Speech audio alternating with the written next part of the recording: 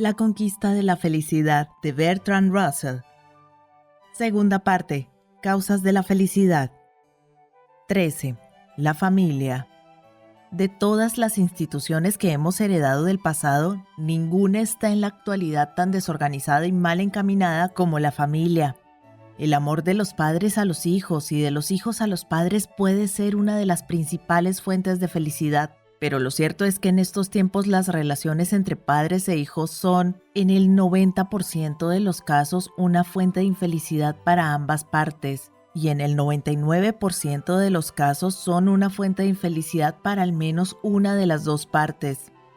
Este fracaso de la familia, que ya no proporciona la satisfacción fundamental que en principio podría proporcionar, es una de las causas más profundas del descontento predominante en nuestra época.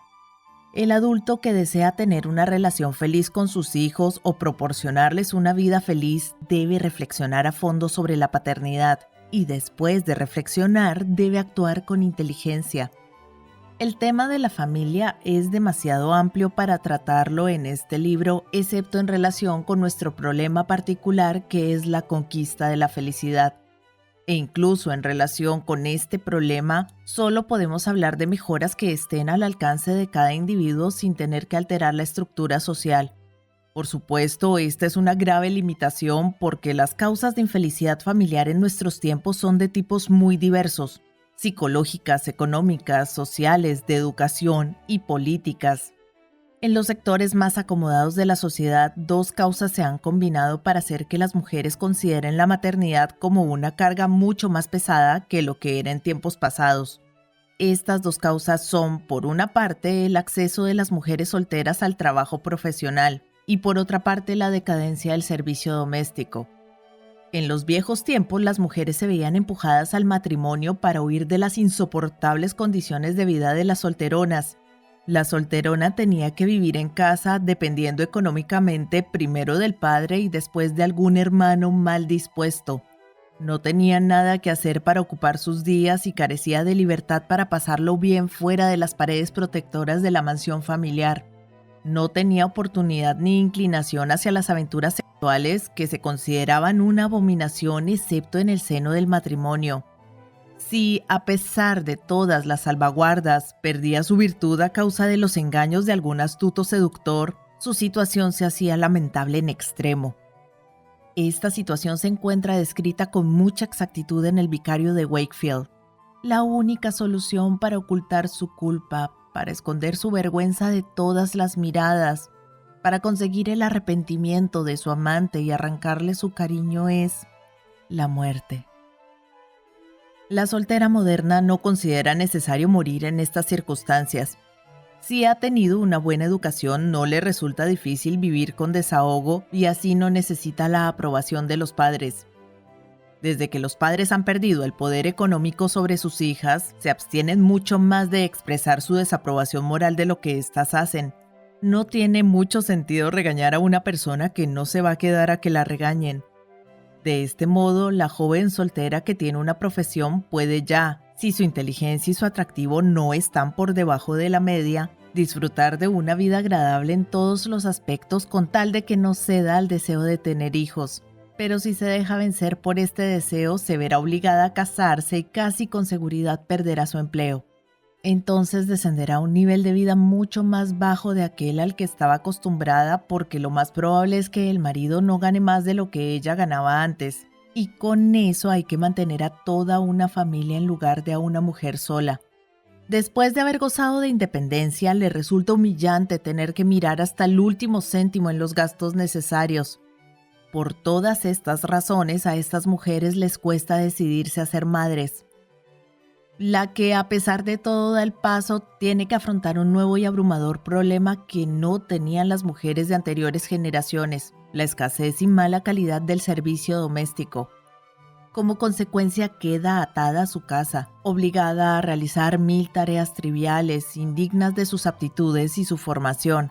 Y si no las hace ella misma, se amarga el carácter riñendo a criadas negligentes. En lo referente al cuidado físico de los hijos, si se ha tomado la molestia de informarse bien del asunto, decidirá que es imposible, sin grave riesgo de desastre, confiar los hijos a una niñera o incluso dejar en manos de otros las más elementales precauciones en cuestión de limpieza e higiene, a menos que pueda permitirse pagar a una niñera que haya estudiado en una institución cara.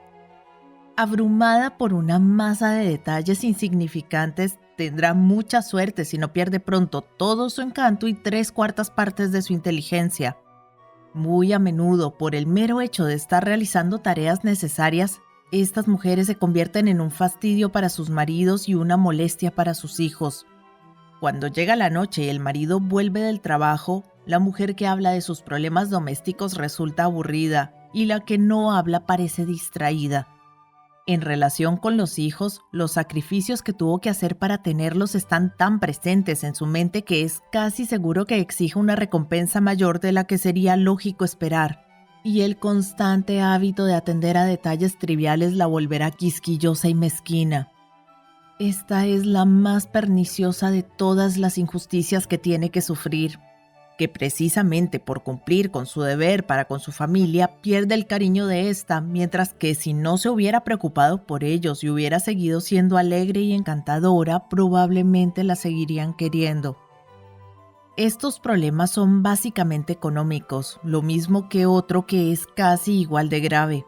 Me refiero a las dificultades para encontrar vivienda a consecuencia de la concentración de población en las grandes ciudades.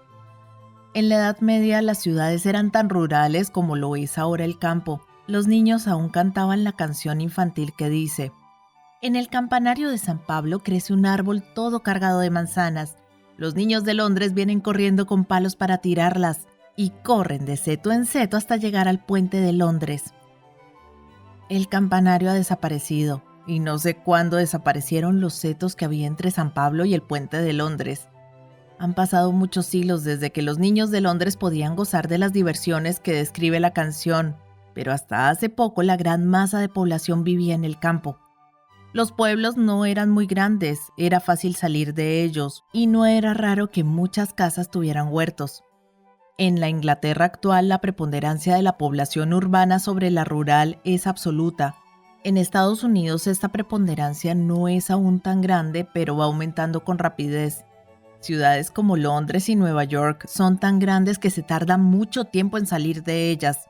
Los que viven en la ciudad suelen tener que conformarse con un piso que, por supuesto, no tiene ni 1 centímetro cuadrado de tierra al lado, y la gente con pocos medios económicos tiene que conformarse con un espacio mínimo. Si hay niños, la vida en un piso es dura. No hay espacio para que los niños jueguen, ni hay espacio para que los padres escapen del ruido que hacen los niños. Como consecuencia, los profesionales tienden cada vez más a vivir en los suburbios. Esto es mejor desde el punto de vista de los niños, pero aumenta considerablemente la fatiga del padre y disminuye mucho su participación en la vida familiar. Sin embargo, no es mi intención comentar estos graves problemas económicos, ya que son ajenos al problema que nos interesa. ¿Qué puede hacer el individuo aquí y ahora para encontrar la felicidad? Nos aproximaremos más a este problema si consideramos las dificultades psicológicas que existen actualmente en las relaciones entre padres e hijos. Dichas dificultades forman parte de los problemas planteados por la democracia. En los viejos tiempos había señores y esclavos. Los señores decidían lo que había que hacer y en general apreciaban a sus esclavos ya que estos se ocupaban de su felicidad. Es probable que los esclavos odiaran a sus amos, aunque esto no era ni mucho menos tan universal como la teoría democrática quiere hacernos creer. Pero aunque odiaran a sus señores, los señores ni se enteraban y en todo caso los señores eran felices. Todo esto cambió con la aceptación general de la democracia. Los esclavos que antes se resignaban dejaron de resignarse. Los señores que antes no tenían ninguna duda acerca de sus derechos empezaron a dudar y a sentirse inseguros. Se produjeron fricciones que ocasionaron infelicidad en ambas partes. Todo esto que digo no debe entenderse como un argumento contra la democracia, porque problemas como los mencionados son siempre inevitables en toda transición importante. Pero no tiene sentido negar el hecho de que el mundo se vuelve muy incómodo durante las transiciones. El cambio en las relaciones entre padres e hijos es un ejemplo particular de la expansión general de la democracia. Los padres ya no están seguros de sus derechos frente a sus hijos. Los hijos ya no sienten que deban respeto a sus padres. La virtud de la obediencia, que antes se exigía sin discusión, está pasada de moda y es justo que así sea. El psicoanálisis ha aterrorizado a los padres cultos que temen hacer daño a sus hijos sin querer. Si los besan pueden generar un complejo de Edipo. Si no los besan pueden provocar ataques de celos. Si ordenan a los hijos hacer ciertas cosas pueden inculcarles un sentimiento de pecado. Y si no lo hacen, los niños pueden adquirir hábitos que los padres consideran indeseables. Cuando ven a su bebé chupándose el pulgar, sacan toda clase de aterradoras inferencias, pero no saben qué hacer para impedírselo. La paternidad, que antes era un triunfal ejercicio de poder, se ha vuelto timorata, ansiosa y llena de dudas de conciencia. Se han perdido los sencillos placeres del pasado, y eso ha ocurrido precisamente en un momento en que, debido a la nueva libertad de las mujeres solteras, la madre ha tenido que sacrificar mucho más que antes al decidirse ser madre. En estas circunstancias, las madres conscientes exigen muy poco a sus hijos y las madres inconscientes les exigen demasiado. Las madres conscientes reprimen su cariño natural y se vuelven tímidas. Las inconscientes buscan en sus hijos una compensación por los placeres a los que han tenido que renunciar. En el primer caso, la parte afectiva del niño queda desatendida. En el segundo, recibe una estimulación excesiva.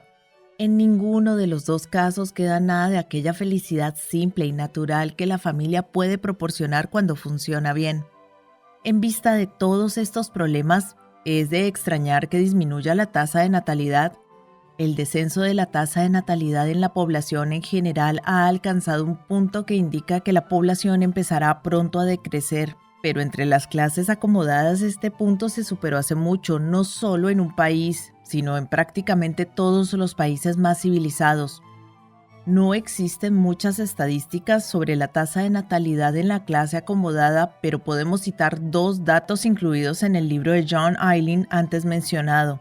Parece que en Estocolmo, entre los años 1919 y 1922, la fecundidad de las mujeres profesionales era solo 1/3 de la población general, y que entre 1896 y 1913 los 4.000 licenciados de la Universidad estadounidense de Wellesley solo tuvieron unos 3.000 hijos, cuando para evitar un descenso de la población tendrían que haber tenido unos 8.000 y que ninguno de ellos hubiera muerto prematuramente. No cabe duda de que la civilización creada por las razas blancas tiene esta curiosa característica. A medida que los hombres y las mujeres la adoptan, se vuelven estériles. Los más civilizados son los más estériles, los menos civilizados son los más fértiles, y entre los dos hay una gradación continua. En la actualidad, los sectores más inteligentes de las naciones occidentales se están extinguiendo. Dentro de pocos años, las naciones occidentales en conjunto verán disminuir sus poblaciones a menos que las repongan con inmigrantes de zonas menos civilizadas. Y en cuanto a los inmigrantes absorban la civilización de su país adoptivo, también ellos se volverán relativamente estériles. Está claro que una civilización con estas características es inestable. Si no se la puede inducir a reproducirse, tarde o temprano se extinguirá y dejará sitio a otra civilización en que el instinto de paternidad haya conservado la fuerza suficiente para impedir que la población disminuya. En todos los países occidentales, los moralistas oficiales han procurado resolver este problema mediante exhortaciones y sentimentalismos. Por una parte, dicen que el deber de toda pareja casada es tener tantos hijos como Dios quiera, independientemente de las expectativas de salud y felicidad que dichos hijos puedan tener. Por otra parte, los predicadores varones no paran de hablar de los sagrados gozos de la maternidad, tratando de hacer creer que una familia numerosa llena de niños enfermos y pobres es una fuente de felicidad. El Estado contribuye con el argumento de que se necesita una cantidad suficiente de carne de cañón porque ¿cómo van a funcionar como es debido todas estas exquisitas e ingeniosas armas de destrucción si no hay suficientes poblaciones para destruir? Por extraño que parezca, el padre individual puede llegar a aceptar estos argumentos aplicados a los demás, pero sigue haciendo oídos sordos cuando se trata de aplicárselos a él. La psicología de los sacerdotes y los patriotas ha fracasado. Los curas pueden tener éxito mientras puedan amenazar con el fuego del infierno y les hagan caso, pero ya solo una minoría de la población se toma en serio esta amenaza. Y ninguna amenaza de este tipo es capaz de controlar la conducta de un asunto tan privado. En cuanto al Estado, su argumento es simplemente demasiado feroz. Puede haber quienes estén de acuerdo en que otros deban proporcionar carne de cañón, pero no les atrae la posibilidad de que se utilice a sus hijos de ese modo. Así pues, lo único que puede hacer el Estado es procurar mantener a los pobres en la ignorancia, un esfuerzo que, como demuestran las estadísticas, está fracasando visiblemente excepto en los países occidentales más atrasados.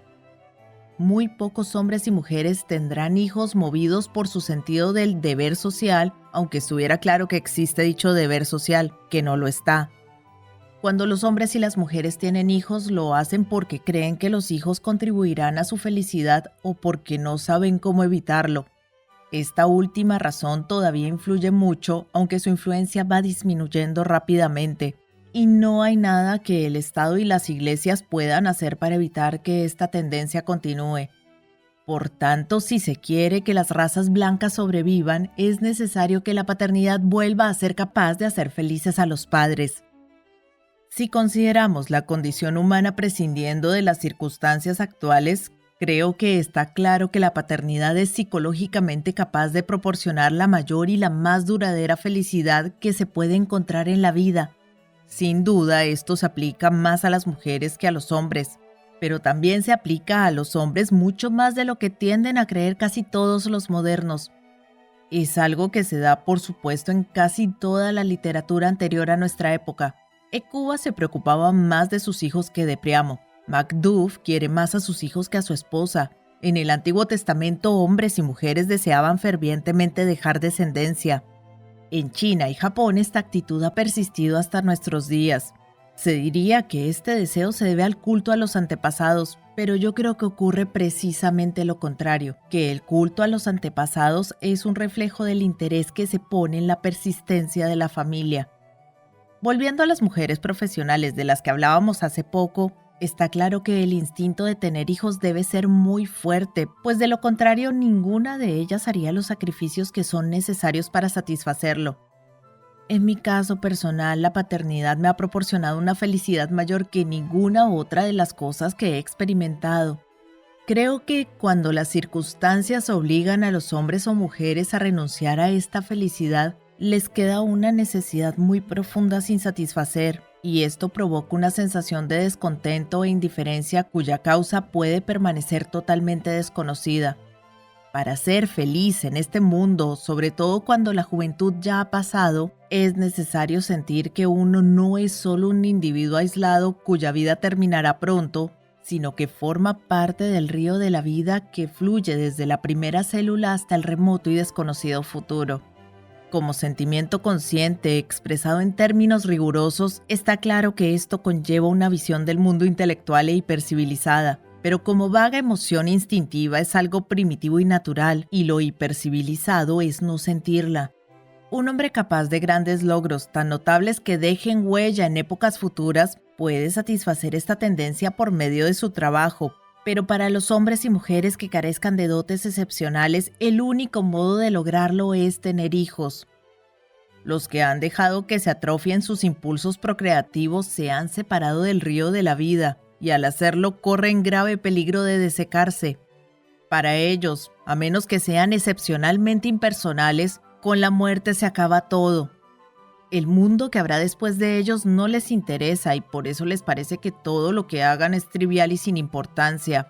Para el hombre o la mujer que tienen hijos y nietos y los quieren con cariño natural, el futuro es importante, por lo menos hasta donde duren sus vidas, no solo por motivos morales o por un esfuerzo de la imaginación, sino de un modo natural e instintivo. Y el hombre que ha podido extender tanto sus intereses más allá de su vida personal, casi seguro que puede extenderlos aún más. Como a Abraham le producirá satisfacción pensar que sus descendientes heredarán la tierra prometida, aunque esto tarde muchas generaciones en ocurrir. Y gracias a estos sentimientos se salva de la sensación de futilidad que de otro modo apagaría todas sus emociones. La base de la familia es, por supuesto, el hecho de que los padres sienten un tipo especial de cariño por sus hijos, diferente del que sienten entre ellos y del que sienten por otros niños. Es cierto que algunos padres tienen muy poco o ningún amor paterno, y también es cierto que algunas mujeres son capaces de querer a los niños ajenos casi tanto como quieren a los suyos propios. No obstante, sigue en pie el hecho general de que el amor de los padres es un tipo especial de sentimiento que el ser humano normal experimenta hacia sus propios hijos, pero no hacia ningún otro ser humano. Esta emoción la hemos heredado de nuestros antepasados animales. En este aspecto me parece que la visión de Freud no era suficientemente biológica, pues cualquiera que observe a una madre animal con sus crías puede advertir que su comportamiento para con ellas sigue una pauta totalmente diferente de la de su comportamiento para con el macho con el que procreó. Y esta misma pauta diferente e instintiva, aunque en una forma modificada y menos definida, se da también en los seres humanos. Si no fuera por esta emoción especial, no habría mucho que decir sobre la familia como institución, ya que se podría dejar a los niños al cuidado de profesionales. Pero tal como son las cosas, el amor especial que los padres sienten por sus hijos, siempre que sus instintos no estén atrofiados, tiene un gran valor para los padres mismos y para los hijos. Para los hijos, el valor del amor de los padres consiste principalmente en que es más seguro que cualquier otro afecto. Uno gusta a sus amigos por sus méritos y a sus amantes por sus encantos. Si los méritos o los encantos disminuyen, los amigos y los amantes pueden desaparecer. Pero es precisamente en los momentos de desgracia cuando uno más se puede confiar en los padres, en momentos de enfermedad e incluso de vergüenza si los padres son como deben ser. Todos sentimos placer cuando somos admirados por nuestros méritos. Pero en el fondo solemos ser bastante humildes para darnos cuenta de que esa admiración es precaria. Nuestros padres nos quieren porque somos sus hijos y esto es un hecho inalterable, de modo que nos sentimos más seguros con ellos que con cualquier otro. En tiempos de éxito esto puede no parecer importante, pero en tiempos de fracaso proporciona un consuelo y una seguridad que no se encuentra en ninguna otra parte. En todas las relaciones humanas es bastante fácil garantizar la felicidad de una parte, pero es mucho más difícil garantizar la felicidad de las dos. El carcelero puede disfrutar manteniendo encerrado al preso, el jefe puede gozar intimidando al empleado, el dictador puede disfrutar gobernando a sus súbditos con mano dura. Y sin duda el padre a la antigua usanza disfrutaba instilando virtud a sus hijos con ayuda de un palo. Sin embargo, estos placeres son unilaterales. Para la otra parte del negocio la situación es menos agradable. Hemos acabado por convencernos de que estos placeres unilaterales tienen algo que no resulta satisfactorio, y creemos que una buena relación humana debería ser satisfactoria para las dos partes. Esto se aplica sobre todo a las relaciones entre padres e hijos, y el resultado es que los padres obtienen mucho menos placer que antes, mientras que los hijos sufren menos a manos de sus padres que en generaciones pasadas. Yo no creo que exista alguna razón real para que los padres obtengan menos felicidad de sus hijos que en otras épocas, aunque está claro que es lo que ocurre en la actualidad. Tampoco creo que exista ninguna razón para que los padres no puedan aumentar la felicidad de sus hijos. Pero esto exige, como todas las relaciones de igualdad a las que aspira el mundo moderno, cierta delicadeza y ternura, cierto respeto por la otra personalidad, y la belicosidad de la vida normal no favorece esto ni mucho menos. Vamos a considerar la alegría de la paternidad, primero en su esencia biológica y después tal como puede llegar a ser en un padre inspirado por ese tipo de actitud hacia otras personalidades que hemos sugerido como imprescindible para un mundo que crea en la igualdad. La raíz primitiva del placer de la paternidad es dual. Por un lado está la sensación de que una parte del propio cuerpo se ha exteriorizado, prolongado su vida más allá de la muerte del resto de nuestro cuerpo y con posibilidades de exteriorizar a su vez parte de sí misma del mismo modo y de esta manera asegurar la inmortalidad del plasma germinal. Por otro lado hay una mezcla perfecta de poder y ternura. La nueva criatura está indefensa y sentimos el impulso de atender sus necesidades. Un impulso que no solo satisface el amor de los padres por el niño, sino también el deseo de poder de los padres. Mientras el niño no pueda valerse por sí mismo, las atenciones que se le dedican no son altruistas, ya que equivale a proteger una parte vulnerable de uno mismo. Pero desde una edad muy temprana empieza a haber un conflicto entre el afán de poder paternal y el interés por el bien del niño, ya que aunque el poder sobre el niño está hasta cierto punto impuesto por la situación, también es deseable que el niño aprenda cuanto antes a ser independiente en todos los aspectos posibles, lo cual contraría el afán de poder de los padres. Algunos padres nunca llegan a ser conscientes de este conflicto y siguen portándose como tiranos hasta que los hijos están en condiciones de rebelarse. Otros, en cambio, son conscientes de ello y como consecuencia caen presa de emociones contradictorias. En este conflicto se pierde la felicidad parental. Después de todos los cuidados que han dedicado a su hijo, descubren consternados que éste ha salido muy diferente de lo que esperaban. Querían que fuera un militar y resulta que es un pacifista, o como en el caso de Tolstoy, querían que fuera un pacifista y él se alista en el ejército. Pero no es solo en esta época posterior de la vida cuando surgen dificultades.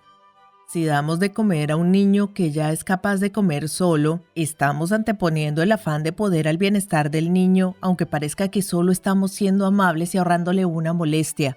Si le metemos mucho miedo al advertirle de los peligros, probablemente actuamos movidos por el deseo de mantenerle dependiente de nosotros. Si le damos muestras de cariño esperando una respuesta, probablemente estamos tratando de atarle a nosotros por medio de sus emociones. El impulso posesivo de los padres puede descarriar al niño de 1000 maneras, grandes o pequeñas, a menos que tengan mucho cuidado o sean muy puros de corazón. Los padres modernos, conscientes de estos peligros, pierden a veces la confianza en su capacidad de tratar a los hijos y el resultado es peor que si se permitieran cometer errores espontáneos, porque nada perturba tanto a un niño como la falta de seguridad y confianza en sí mismo por parte de un adulto. Así pues, más vale ser puro que ser cuidadoso. El padre que verdaderamente desea más el bien del niño que tener poder sobre él no necesitará libros de psicología que le digan lo que tiene que hacer y lo que no, porque su instinto le guiará correctamente. Y en este caso la relación entre padres e hijos será armoniosa de principio a fin, sin provocar rebelión en el hijo ni sentimientos de frustración en los padres. Pero para esto es necesario que los padres, desde un principio, respeten la personalidad del hijo. Un respeto que no debe ser simple cuestión de principios morales o intelectuales, sino algo que se siente en el alma con convicción casi mística, en tal medida que resulta totalmente imposible mostrarse posesivo u opresor. Por supuesto, esta actitud no solo es deseable para con los niños, es muy necesaria en el matrimonio y también en la amistad, aunque en esta última no resulta tan difícil. En un mundo ideal se aplicaría también a las relaciones políticas entre grupos de personas, aunque esta esperanza es tan remota que más vale no pensar en ella. Pero aunque este tipo de afecto sea necesario en todas partes, es mucho más importante cuando se trata de niños, porque son seres indefensos y porque su pequeño tamaño y escasa fuerza hacen que las almas vulgares los desprecien. Pero volviendo al tema que nos interesa en este libro, la plena alegría de la paternidad solo pueden alcanzarla en el mundo moderno los que sientan sinceramente esta actitud de respeto hacia el hijo, porque a ellos no les molestará reprimir sus ansias de poder y no tendrán que temer la amarga desilusión que experimentan los padres despóticos cuando sus hijos adquieren libertad. Al padre que tenga esta actitud, la paternidad le ofrecerá numerosas alegrías que jamás estuvieron al alcance de los déspotas en los tiempos de apogeo de la autoridad paterna, porque el amor al que la nobleza ha purgado de toda tendencia a la tiranía puede proporcionar una alegría más exquisita, más tierna, más capaz de transmutar los metales vulgares de la vida cotidiana en el oro puro del éxtasis místico que cualquiera de las emociones que pueda sentir el hombre que sigue luchando y esforzándose por mantener su autoridad en este resbaladizo mundo. Aunque concedo mucha importancia a las emociones de los padres, no por ello soy de la opinión tan extendida de que las madres deben hacer personalmente todo lo que se pueda por sus hijos. Este convencionalismo tenía su razón de ser en los tiempos en que no se sabía nada sobre el cuidado de los niños, aparte de unos cuantos consejos anticientíficos que las viejas transmitían a las jóvenes. En la actualidad hay muchos aspectos del cuidado de los niños que es mejor dejar en manos de especialistas que hayan estudiado las materias correspondientes. Esto se acepta en lo referente a esa parte que se llama educación. A ninguna madre se le pide que enseñe cálculo a su hijo por mucho que lo quiera. En lo que se refiere a la adquisición de conocimientos intelectuales, todos están de acuerdo en que los niños los aprenderán mejor de alguien que los posea que de una madre que no los tenga. Pero en lo referente a otros muchos aspectos del cuidado de los niños, esto no se acepta porque aún no se reconoce que se necesite experiencia para ello. Sin duda alguna, hay ciertas cosas que es mejor que las haga la madre, pero a medida que el niño crece habrá cada vez más cosas que es mejor que las haga otra persona. Si todos aceptaran esto, las madres ahorrarían una gran cantidad de trabajo que para ellas resulta fastidioso porque carecen de competencia profesional en ese campo. Una mujer que haya adquirido algún tipo de destreza profesional debería, por su propio bien y por el de la comunidad, tener libertad para seguir ejerciendo su profesión a pesar de la maternidad. Seguramente no podrá hacerlo durante los últimos meses de embarazo y durante la lactancia, pero un niño de más de 9 meses no debería constituir una barrera insuperable para la actividad profesional de su madre. Siempre que la sociedad exija a una madre que se sacrifique por su hijo más allá de lo razonable, la madre, si no es excepcionalmente santa, esperará de su hijo más compensaciones de las que tiene derecho a esperar. Las que solemos llamar madres sacrificadas son, en la mayoría de los casos, extraordinariamente egoístas para con sus hijos porque, aunque la paternidad es un elemento muy importante en la vida, no resulta satisfactoria si constituye lo único que hay en la vida, y los padres insatisfechos tienden a ser emocionalmente avaros. Por eso es importante, por el bien de los hijos y por el de la madre, que la maternidad no la prive de todos sus demás intereses y ocupaciones. Si tiene auténtica vocación por el cuidado de los niños y dispone de los conocimientos necesarios para cuidar bien de sus hijos, habría que aprovechar más su talento contratándola profesionalmente para que cuidara de un grupo de niños, entre los que podrían figurar los suyos. Es justo que los padres que cumplan los requisitos mínimos estipulados por el Estado puedan decidir cómo han de ser criados sus hijos y por quién, con tal de que lo hagan personas cualificadas. Pero no se debería exigir por costumbre a todas las madres que hagan cosas que otra mujer podría hacer mejor. Las madres que se sienten desconcertadas e incompetentes cuando se enfrentan con sus hijos, y esto les ocurre a muchas madres, no deberían vacilar en encomendar el cuidado de sus hijos a mujeres con aptitudes para este trabajo y con la formación necesaria. No existe un instinto de origen celestial que enseñe a las mujeres lo que tienen que hacer con sus hijos, y la solicitud más allá de cierto punto no es más que un disfraz del afán de posesión. Muchos niños han quedado malogrados psicológicamente a causa del trato ignorante y sentimental que les dieron sus madres. Siempre se ha admitido que no se puede esperar que los padres hagan mucho por sus hijos, y sin embargo los niños suelen querer tanto a sus padres como a sus madres. En el futuro la relación madre-hijo se parecerá cada vez más a la que los hijos tienen ahora con sus padres, y así las mujeres se librarán de una esclavitud innecesaria y los niños se beneficiarán del conocimiento científico que se va acumulando en lo referente al cuidado de sus mentes y sus cuerpos en los primeros años.